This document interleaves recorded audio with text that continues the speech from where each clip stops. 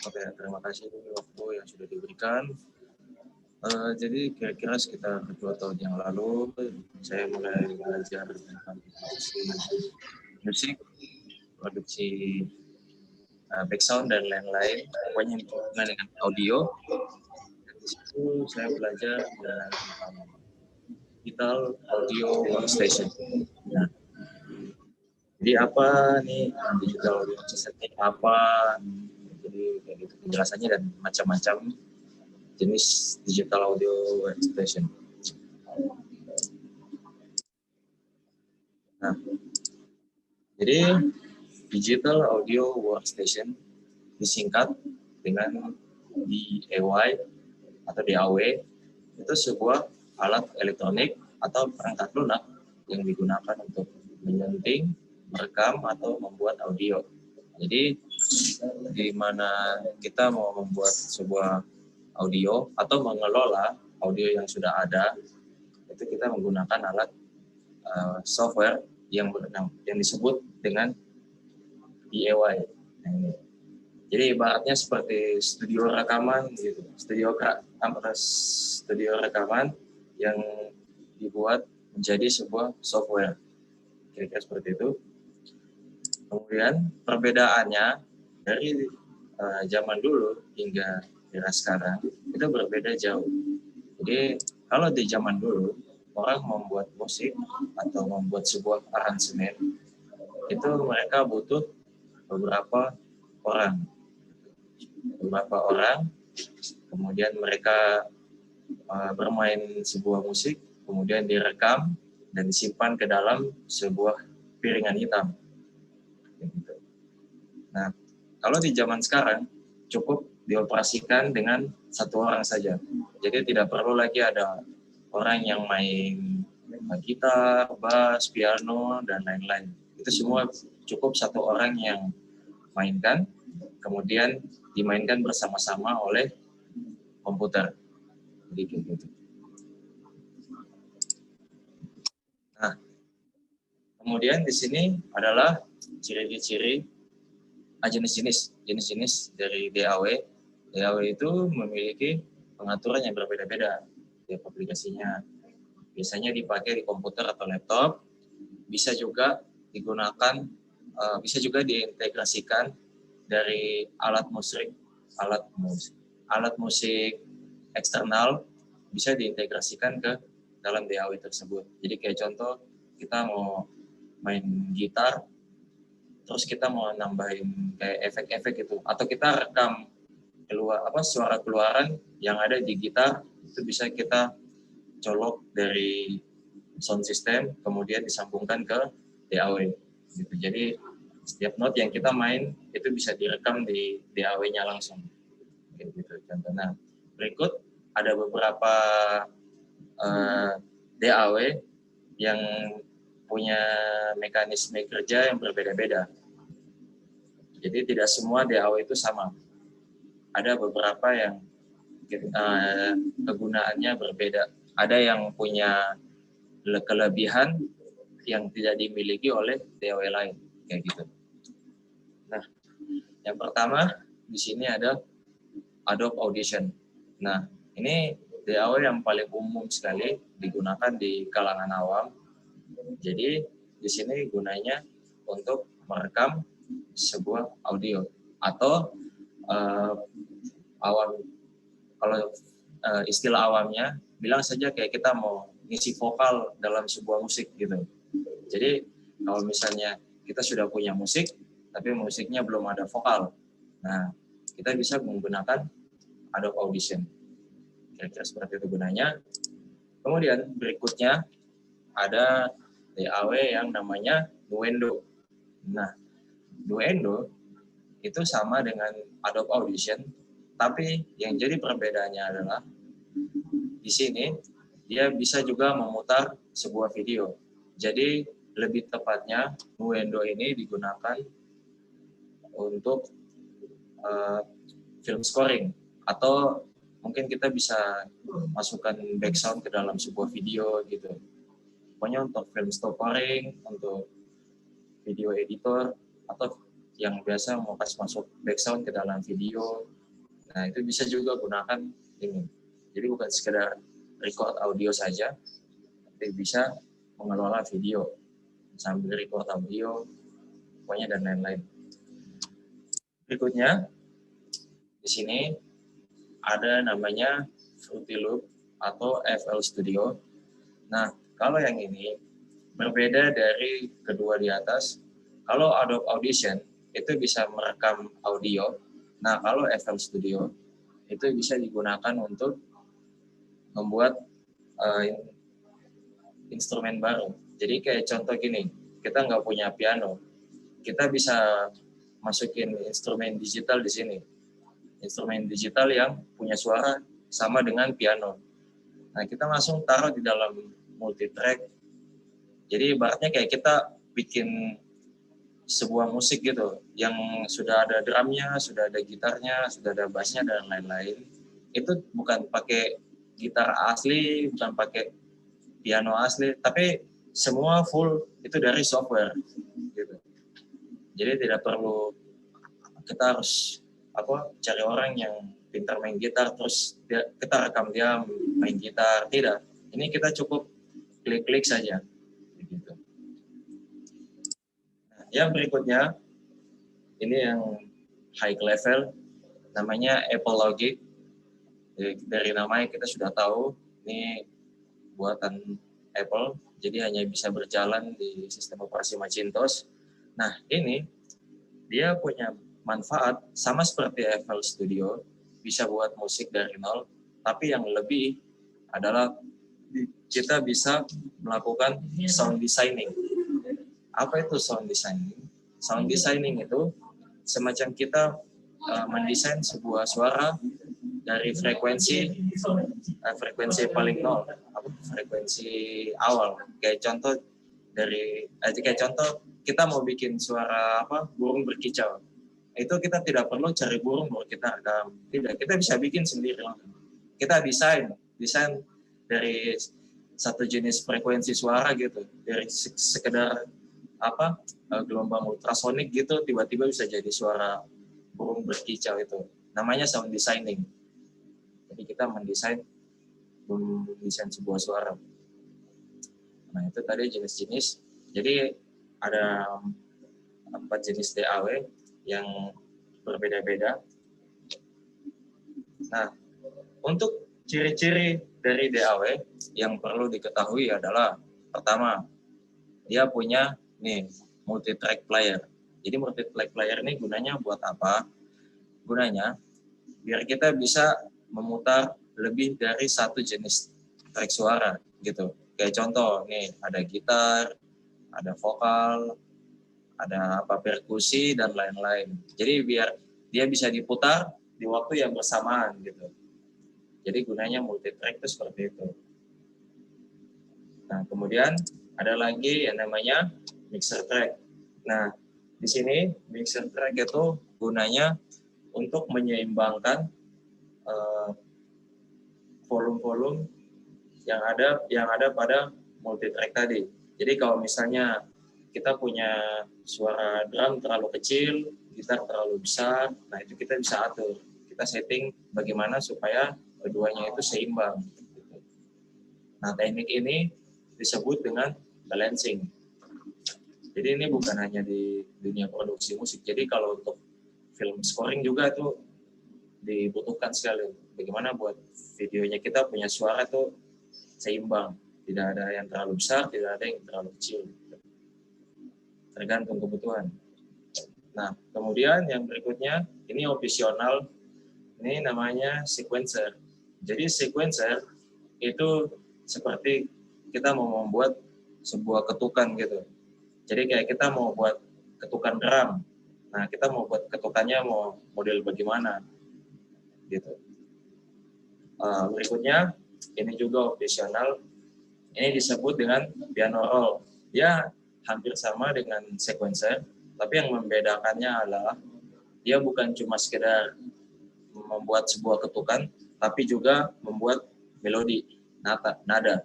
Jadi kalau kita mau buat sebuah melodi gitu, kita tinggal atur di sini. Sudah ada dia punya not-not di sini, tinggal kita sesuaikan. Dia punya kunci gimana. Jadi seperti itu antara piano roll dan sequencer tadi. Untuk lebih lanjut, saya akan demonstrasikan penjelasan yang tadi, ciri-ciri DAW. Jadi saya langsung demonstrasikan saja.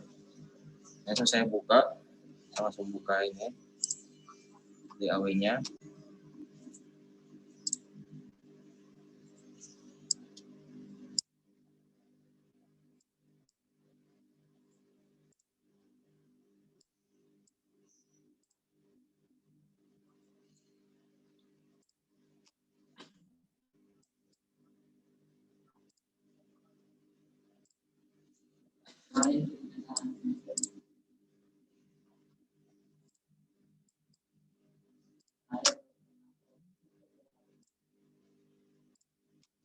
Nah, sudah muncul. Nah, jadi ini tadi salah satu DAW yang saya bahas tadi, namanya FL Studio. Tadi tentang kegunaannya tadi sudah saya jelaskan. Nah, jadi yang namanya multi-track itu ada di sini. Jadi kita bisa memainkan lebih dari satu jenis track gitu. Kayak contoh yang tadi suara drum, suara gitar dan lain-lain, itu kita gabung di dalam sini. Agar jadi sebuah band.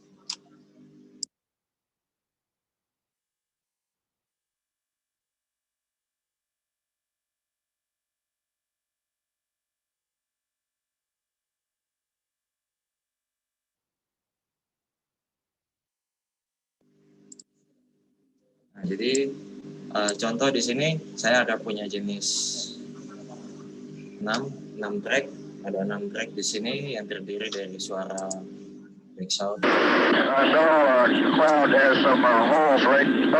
Nah, kemudian di sini ada beberapa instrumen musik yang berupa anggaplah ini jadi background gitu. Jadi ini backgroundnya ini ibarat kayak sebuah scene gitu, scene dari film yang mungkin agak dramatik gitu. Jadi kita buat dia punya background. Jadi kira-kira backgroundnya seperti ini. Nah,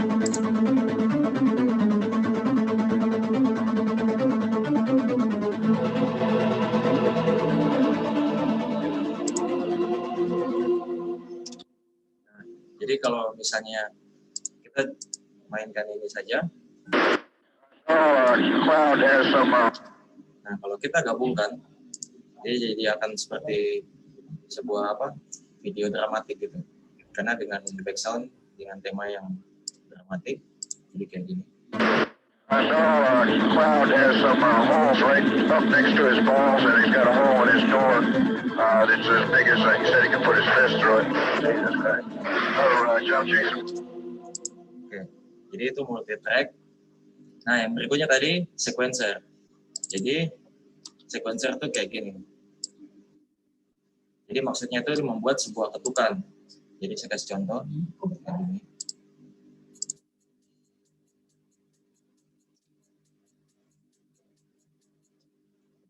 Jadi ini sequencer. Gitu. Jadi dalam istilah produksi musik itu sequencer itu digunakan untuk membuat sebuah ketukan gitu. Yang tadi. Drum.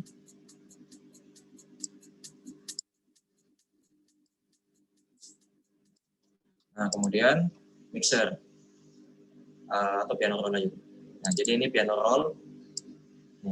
Jadi piano roll di sini sama dengan sequencer, tapi bedanya adalah dia juga bisa digunakan untuk membuat suatu nada.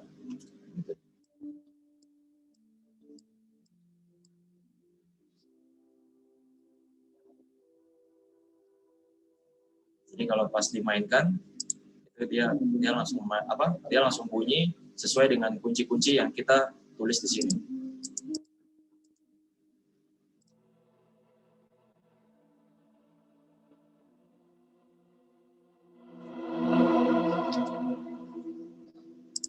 Seperti itu.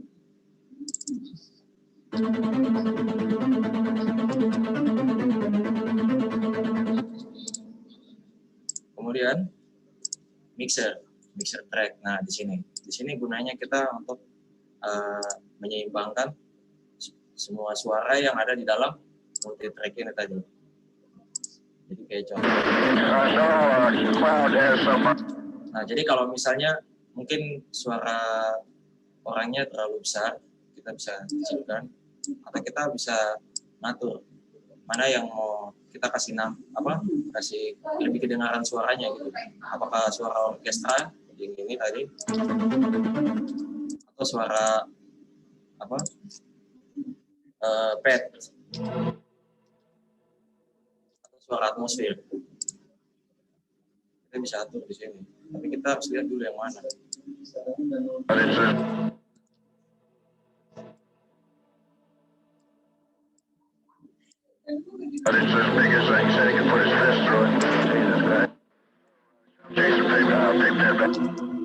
Jadi seperti itu.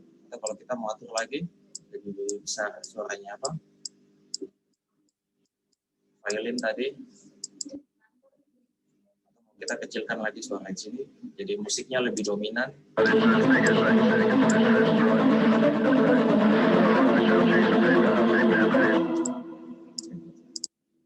Kalau kita mainkan sampai akhir nanti.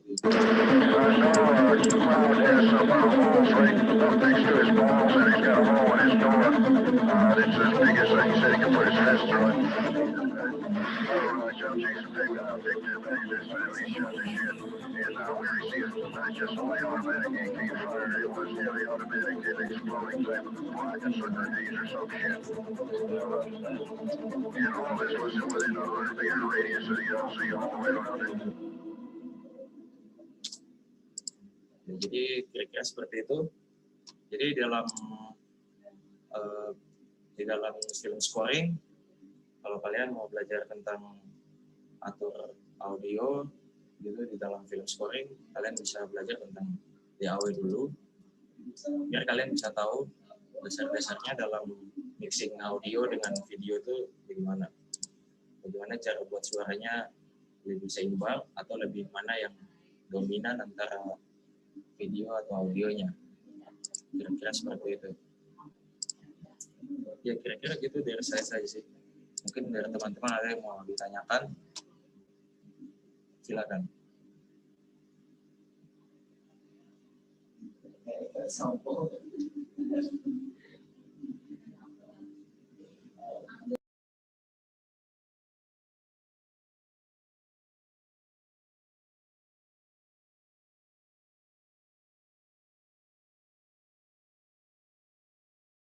Berarti ini perlu pelatihan one by one, step by step.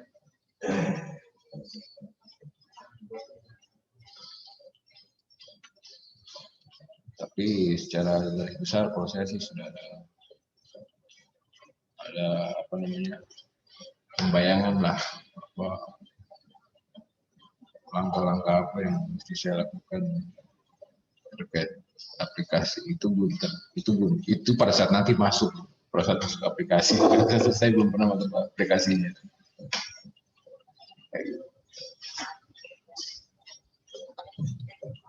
Teman-teman yang lain bagaimana? Kalau saya sih kayaknya perlu dicoba yang tadi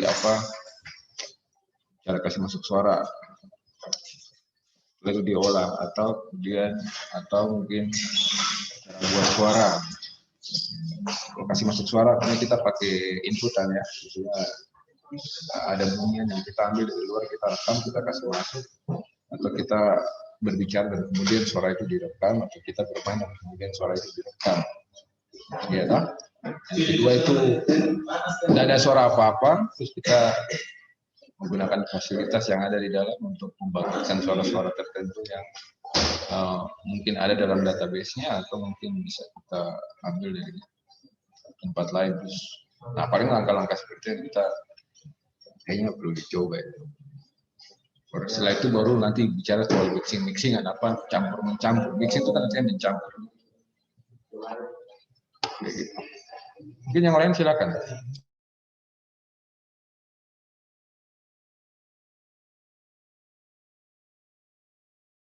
Biasa-biasa kalau bikin film horor bisa itu.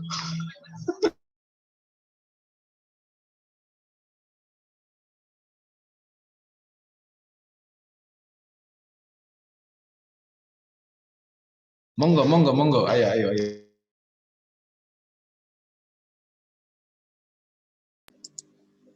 Dari teman-teman, mungkin ada yang tertarik buat belajar music producing atau sound designing. Kalau masalah belajar instrumen itu bisa belakangan. Karena saya juga sebelum saya belajar producing musik, saya belum tahu apa-apa tentang main piano.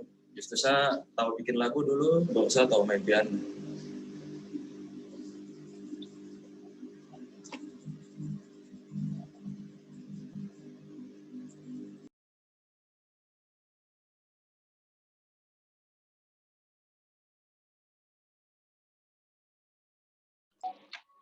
Sore Kak Jo, Bapak, teman-teman semua.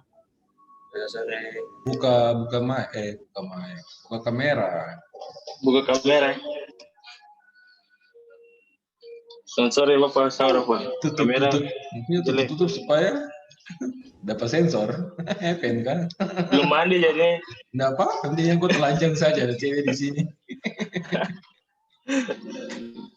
Aduh, maaf. Saya barusan masuk, jadi tadi cuma dengar beberapa saja materinya dari Kak Jordan. Tapi yang saya pengen tahu soal mengolah suara itu, mungkin saya bawanya lebih ke arah rekaman ya Bapak, ke arah film ya.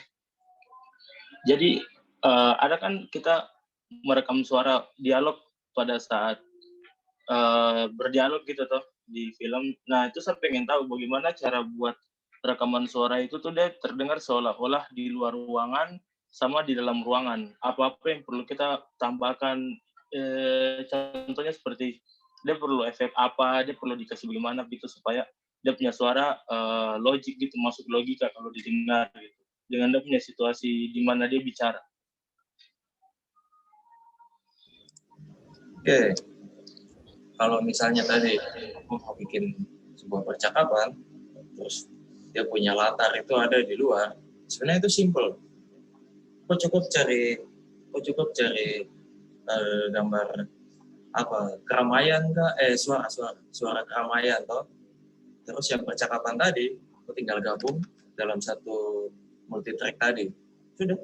Jadi percakapan itu kayak lagi ada di luar ruangan. Multi track tadi dia otomatis ya baca track yang terbentuk oleh hasil rekaman ya, atau kita harus pisahkan sendiri, atau dia otomatis membaca gitu? Ya otomatis. Jadi kayak gini Pak, saya tunjukkan.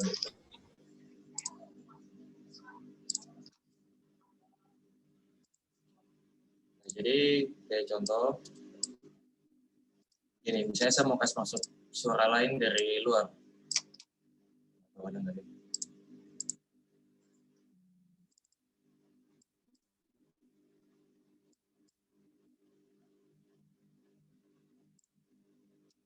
Oh, contoh kayak gini. Nah ini, saya tinggal drag aja bawa masuk ini.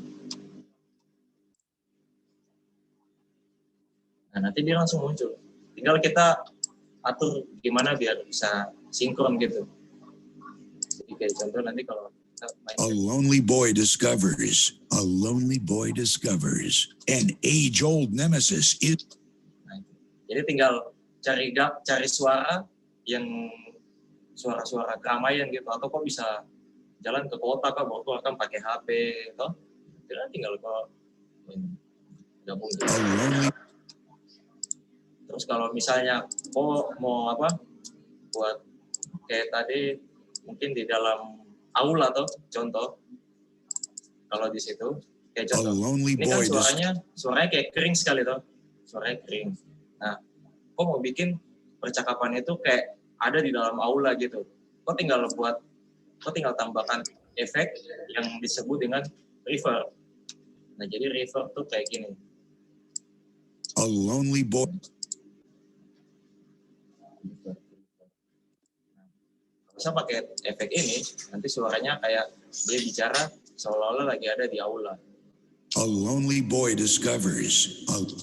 Mungkin kalau kalian pakai headset, itu bisa terdengar sekali efeknya. sebenarnya bisa kasih naik, tapi nanti agak berantakan karena ruangnya terlalu besar. Maksudnya decay ini yang menentukan ruang reverb-nya tadi. A lonely boy discovers, an age-old nemesis is stalking through time itself.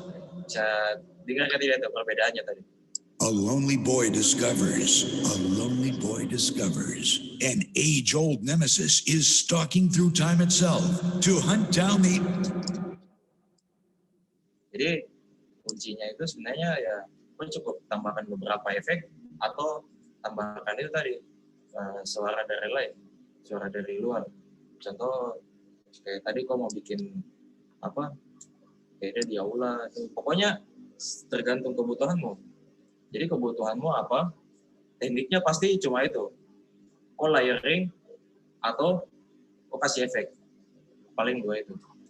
Kalau layering tadi yang itu, kau punya percakapan, kalau mau dia kayak suasananya lagi di luar ruangan, kau tinggal tambah lagi dengan suara yang ada di luar ruangan. Sisanya kan tinggal kau mixing di sini toh. Mungkin percakapannya kau kasih besar, suara ruangan itu kau kasih turun, toh.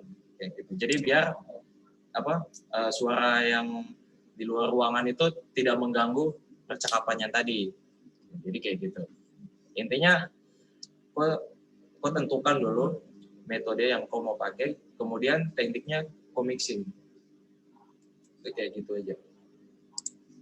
Kira-kira sampai di sini bisa dipahami atau bisa diterima atau bagaimana?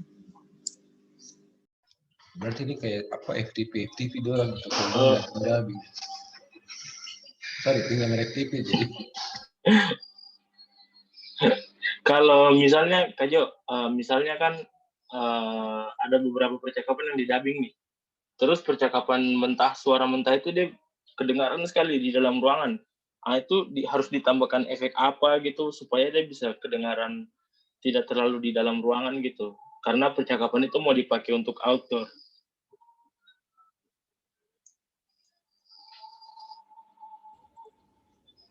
Kayak kebalikan.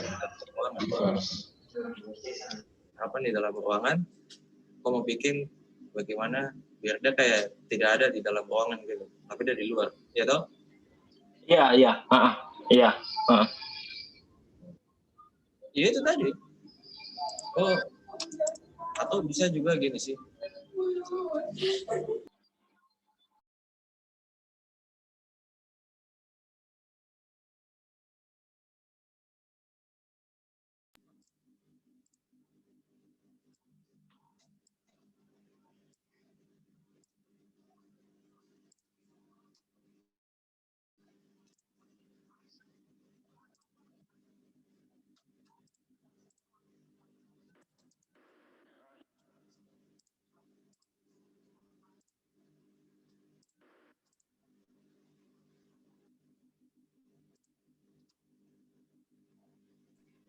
Kau mau bikin kayak ada di luar ruangan bagaimana?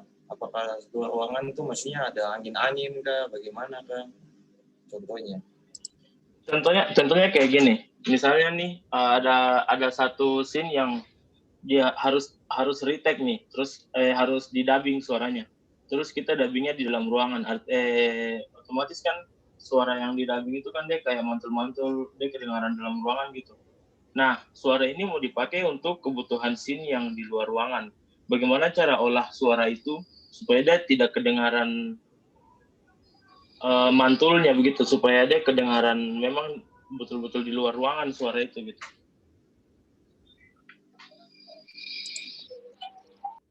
Berarti kok pakaiin saya sih efek-efek. Berarti bukan pakai teknik layering, bukan metode layering. Bisa pakai teknik ini, bisa pakai teknik ini.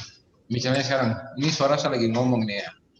Suara lagi ngomong, bisa saja suaranya saya dikasih efek. Ya toh? Suara saya dikasih efek, itu teknik yang paling cepat. Atau yang kedua, kita tambah track satu lagi untuk mensimulasikan atau menambah, misalnya tadi Jo sempat tanya misalnya mau suara angin enggak gitu, karena mungkin kita take di pantai tapi voice-nya nggak bagus, otomatis voice-nya kita delete tapi gambarnya dapat kan gitu. gambarnya dapat, tapi voice-nya rusak. Voice-nya rusak terus kita mau pakai teknik dubbing. Nah, teknik dubbing otomatis kan pertama suara si aktornya gitu kan. Nah, tapi suara aktor itu selain itu kita harus backup dia dengan track entah 2 atau 3 track. Nah, track 2 3 ini kan pasti semacam mungkin tadi suara angin atau mungkin suara burung misalnya, karena di pantai kan ada burung gitu. Tinggal nanti paling setting volume kuat suara dari track 2 dan track 3 itu. Track 2 tadi isinya misalnya angin. Track 3 mungkin ombak. Track 4 itu mungkin burung. Tinggal mungkin track 2 3 4 kita mainkan dia punya kuat suara sehingga tetap background di luar ruangan itu bisa kita dapat. Kalau saya sih pemikiran begitu, mau pakai misalnya tadi di pantai. Sudah tag, pas dicek, aduh gambar voice-nya nggak dapat, voice si aktornya.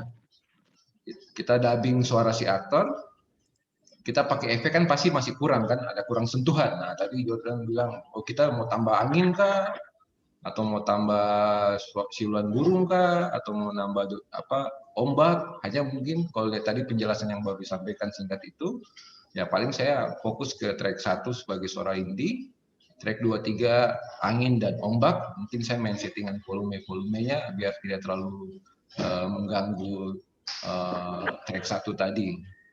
Selebihnya mungkin ada efek-efek lain yang bisa dipakai untuk lebih mixingnya jadi dapat gitu.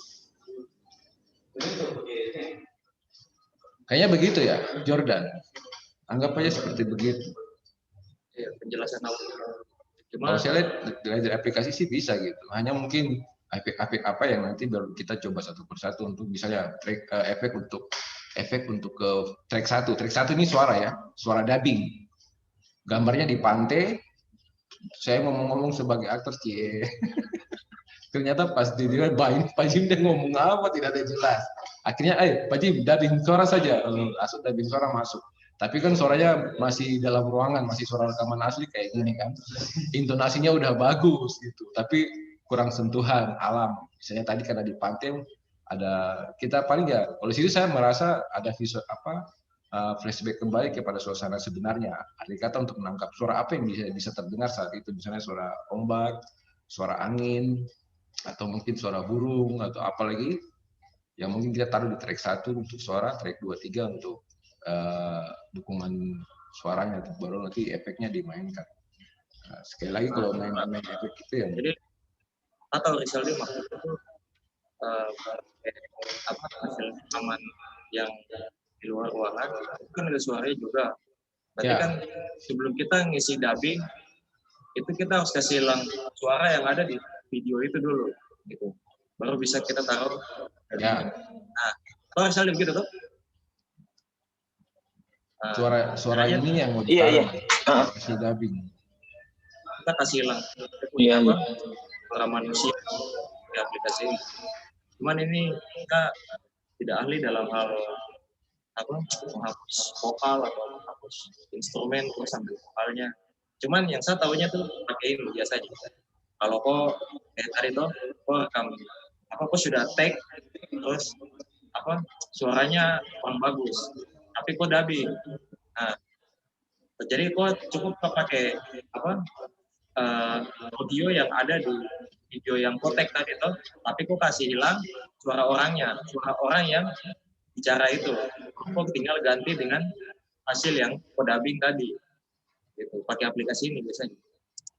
Cuma ya itu, saya ahli dalam di vokal. Biasa orang pakai ini vokal.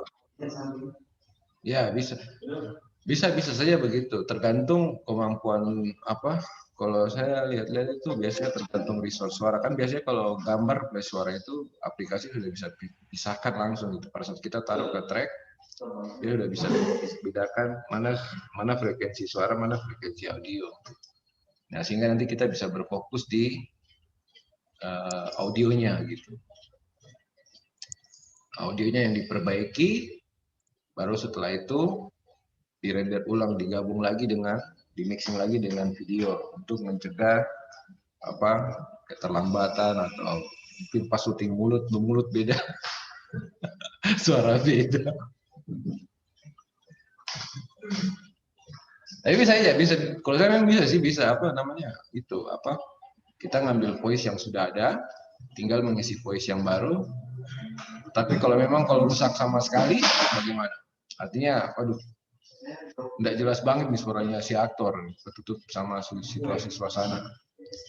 Tapi harus diingat kalau pakai Indah ini tuh itu dia akurat gitu. Karena kan rekaman suara itu kan analog, ini digital. Yang penting selama kita tahu dia suara orang itu bicara. Iya, kalau suara voice-nya ketutup suasana itu, kalau saya pikir gampang banget sih. Enggak terlalu susah. Hanya yang susahnya itu pada saat tangkapan suaranya itu benar-benar hancur, nggak jelas gitu. Nah, jadi kayak contoh gini, ini kan frekuensi. Jadi dengan ini kita bisa tahu frekuensi mana yang paling ribut. Nanti lihat perhatikan ya. Nah, itu yang paling terang tadi, itu tuh frekuensi di mana orang itu dia bicara tadi. Nah, kalau misalnya saya kasih turun gini, suaranya dia lebih kecil, gitu. Jadi kita bisa lihat di sini.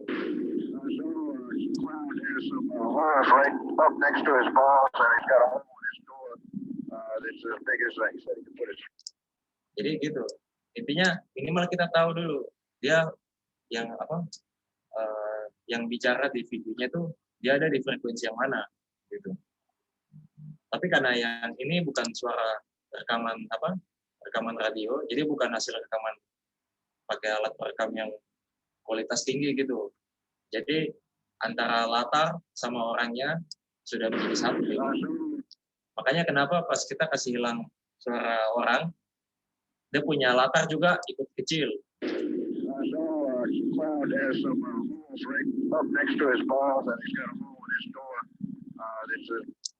Jadi yang ada hanya frekuensi yang ada di kalau yang luar-luar itu biasanya di sini kan frekuensi dari 700, sekitaran 700-an di sini. Jadi kayak gitu. Hanya yang bagian luar-luar saja yang kedengaran. Sama vokalnya sedikit kedengaran saja.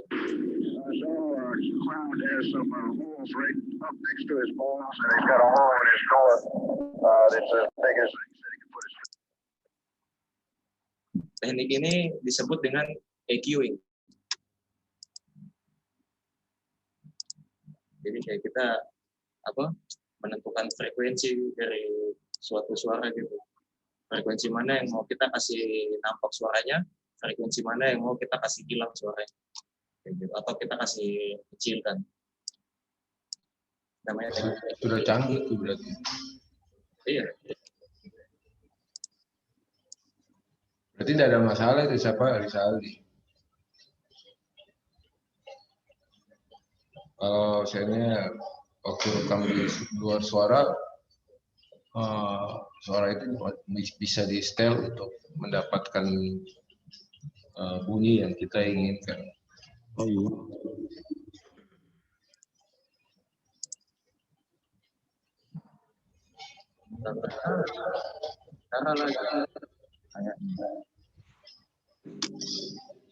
A lonely boy discovers. A lonely boy discovers.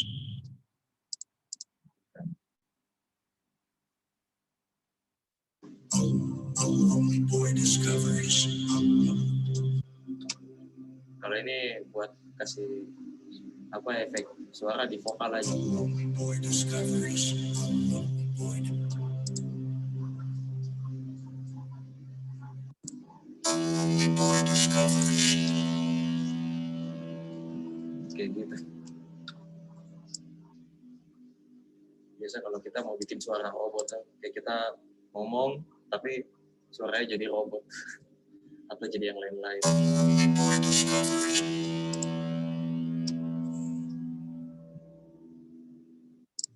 lonely boy discovers. A lonely boy discovers.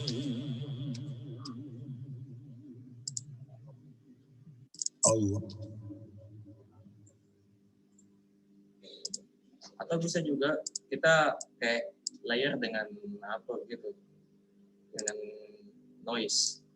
Jadi noise itu contoh kayak gini.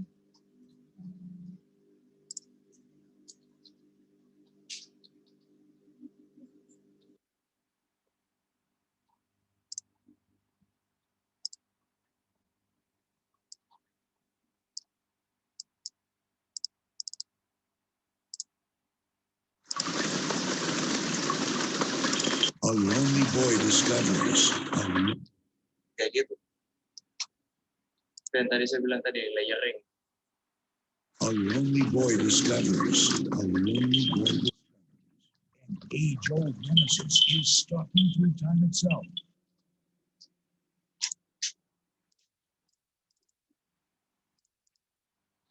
A lonely boy discovers. A lonely boy discovers. An age-old nemesis is stalking through time itself. To hunt down the only one, every step could be your last on an epic journey. On an epic journey.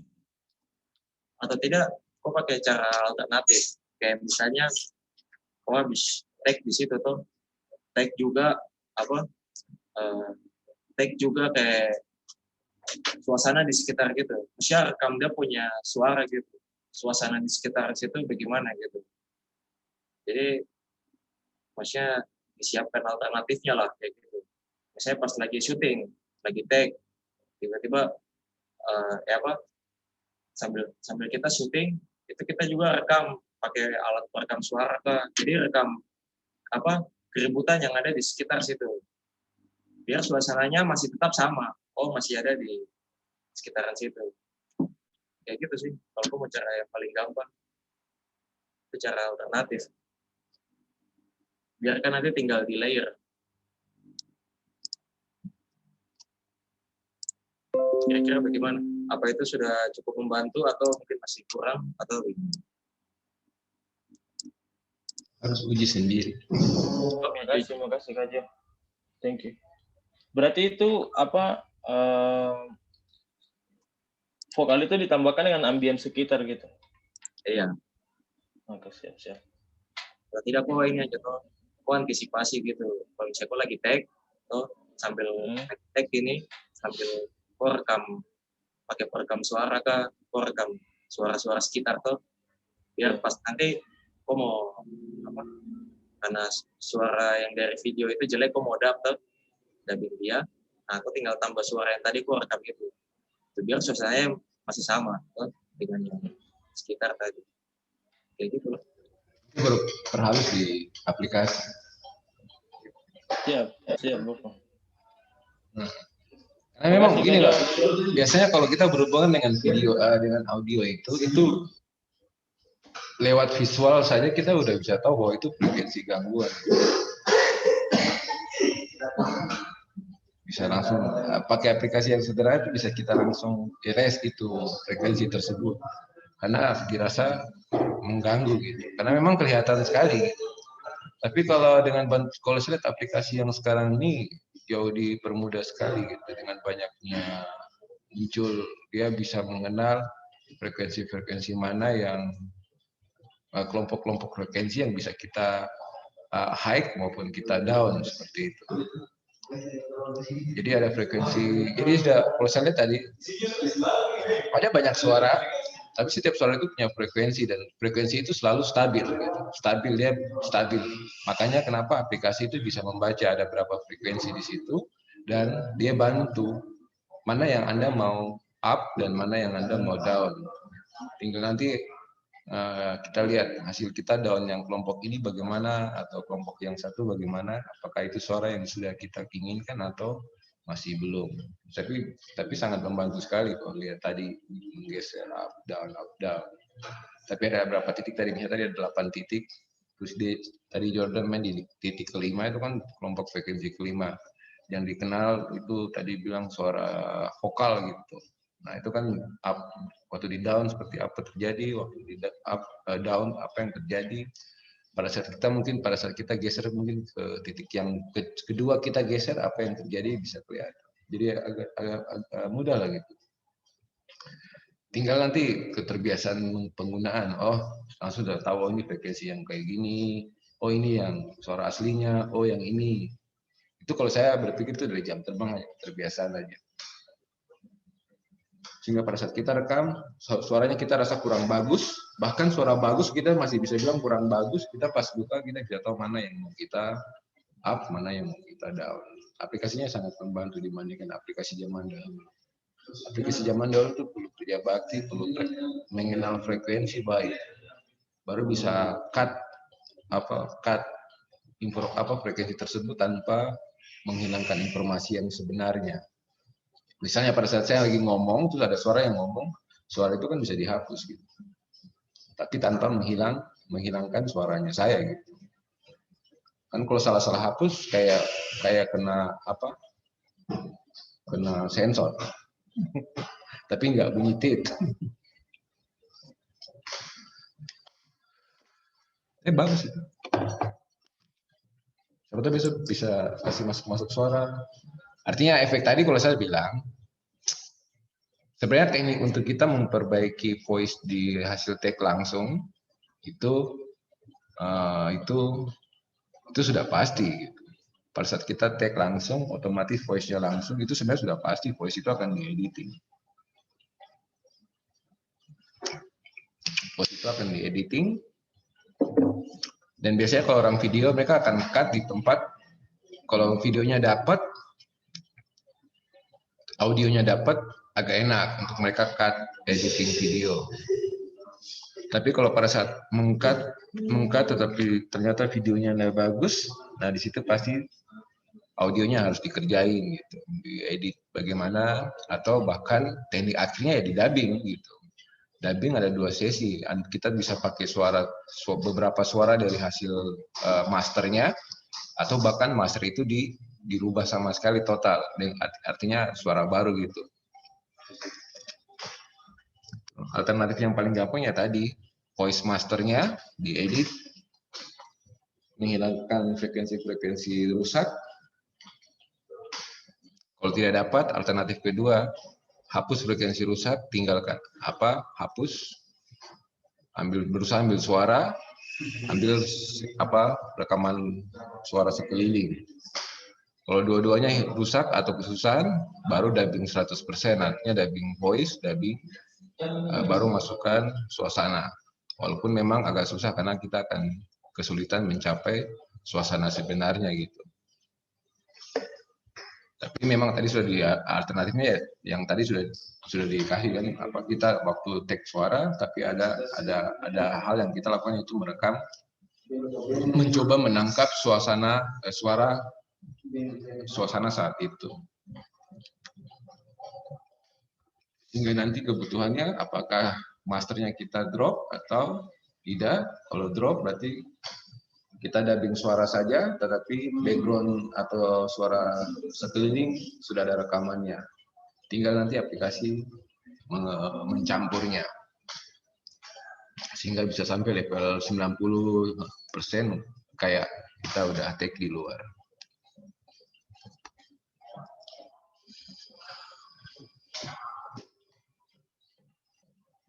Makanya kenapa mic bagus itu dipakai. Sebenarnya mic bagus itu dia bisa membuat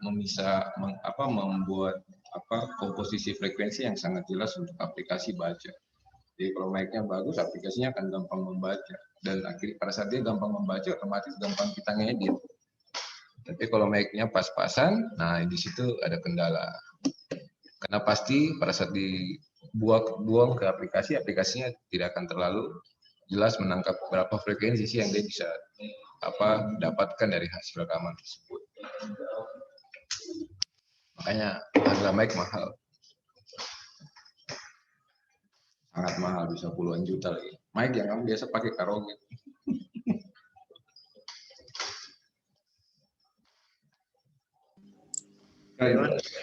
Teman, yang lain selain dari Saldi, semoga bisa membantu teman-teman yang lain juga bisa bermanfaat, bisa dapat pengalaman baru. Kalau ada yang mau belajar lebih lanjut, kontak saya.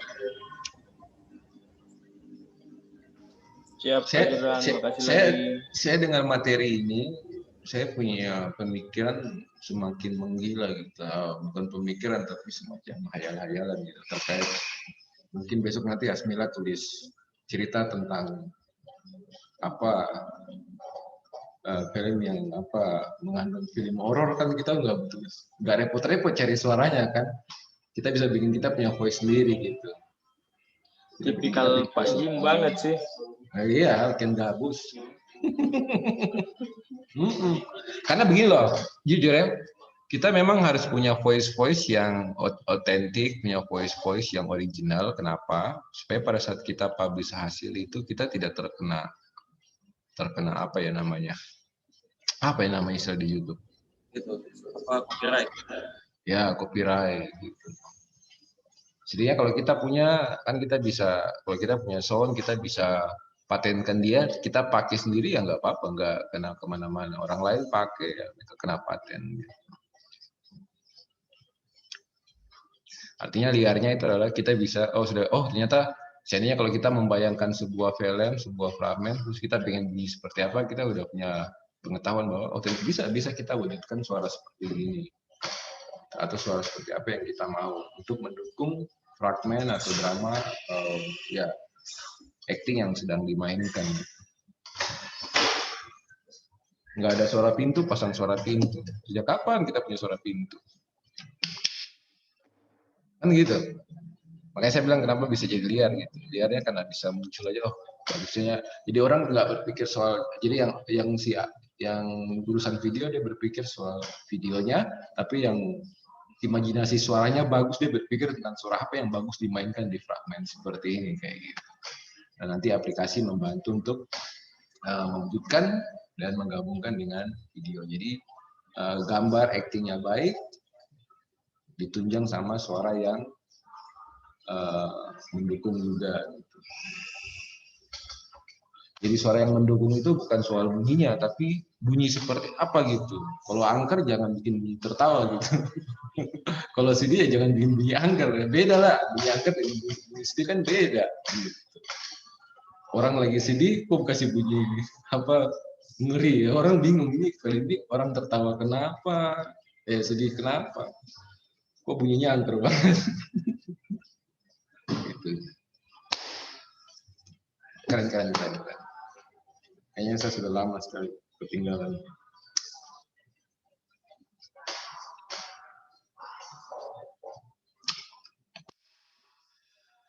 Good. Oh ya, yang lain, silakan. Kalau ada yang mau berpikir liar tentang pemanfaatan suara.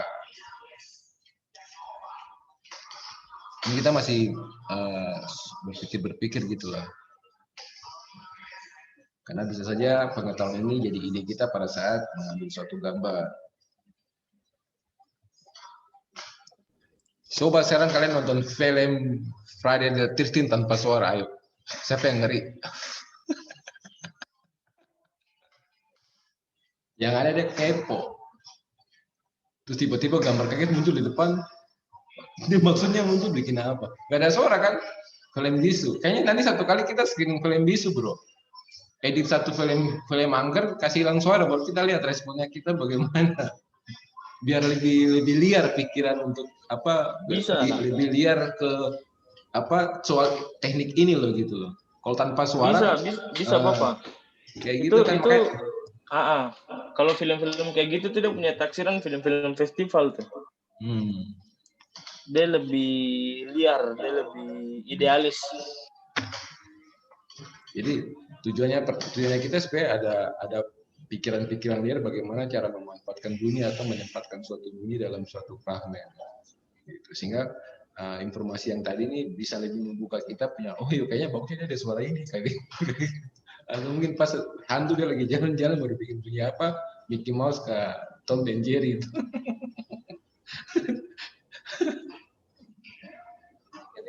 Film surat pakai suara film lucu nanti bagaimana? kita lihat siapa yang tutup mata di luar, toh.